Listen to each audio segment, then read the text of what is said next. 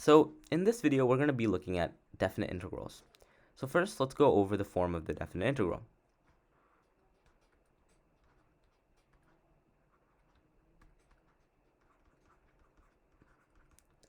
So this is the form of the definite integral.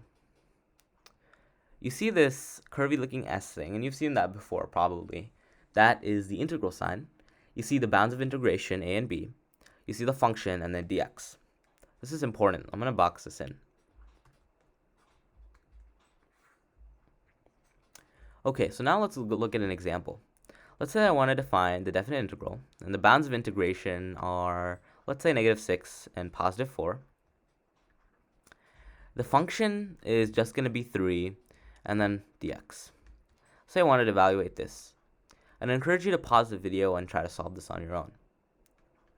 Okay, so this is going to be, so the first step that I need to do is to find the antiderivative of the function. And in this case, it's just going to be 3x. But remember to add that plus c.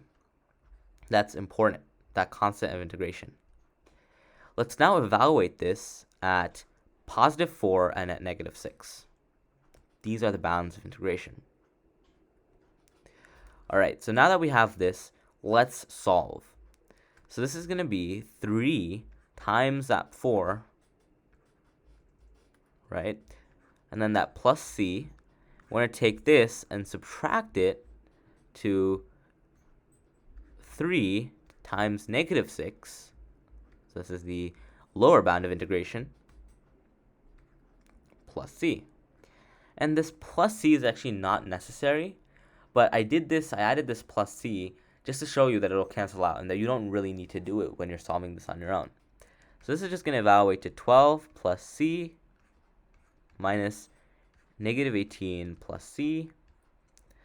This becomes 12 plus c plus 18 minus c.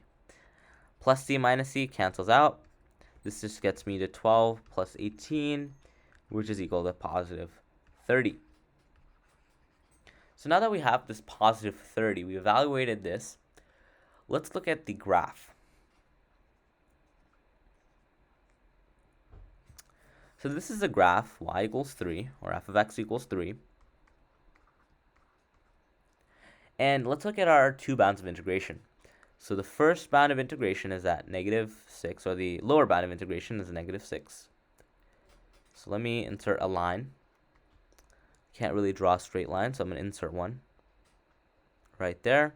And the second bound of integration, or the top one, the upper one, is +4. So this one right here. And the reason why I added these is because I'm going to find the area under the function over the x-axis right over here. So right over, let me shade it with green, right over here.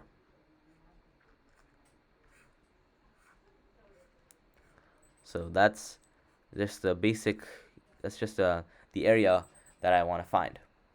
So I'm going to get rid of that because that's really messy. So in order to find this area, I'm going to first look at the height, which in this case is just +3.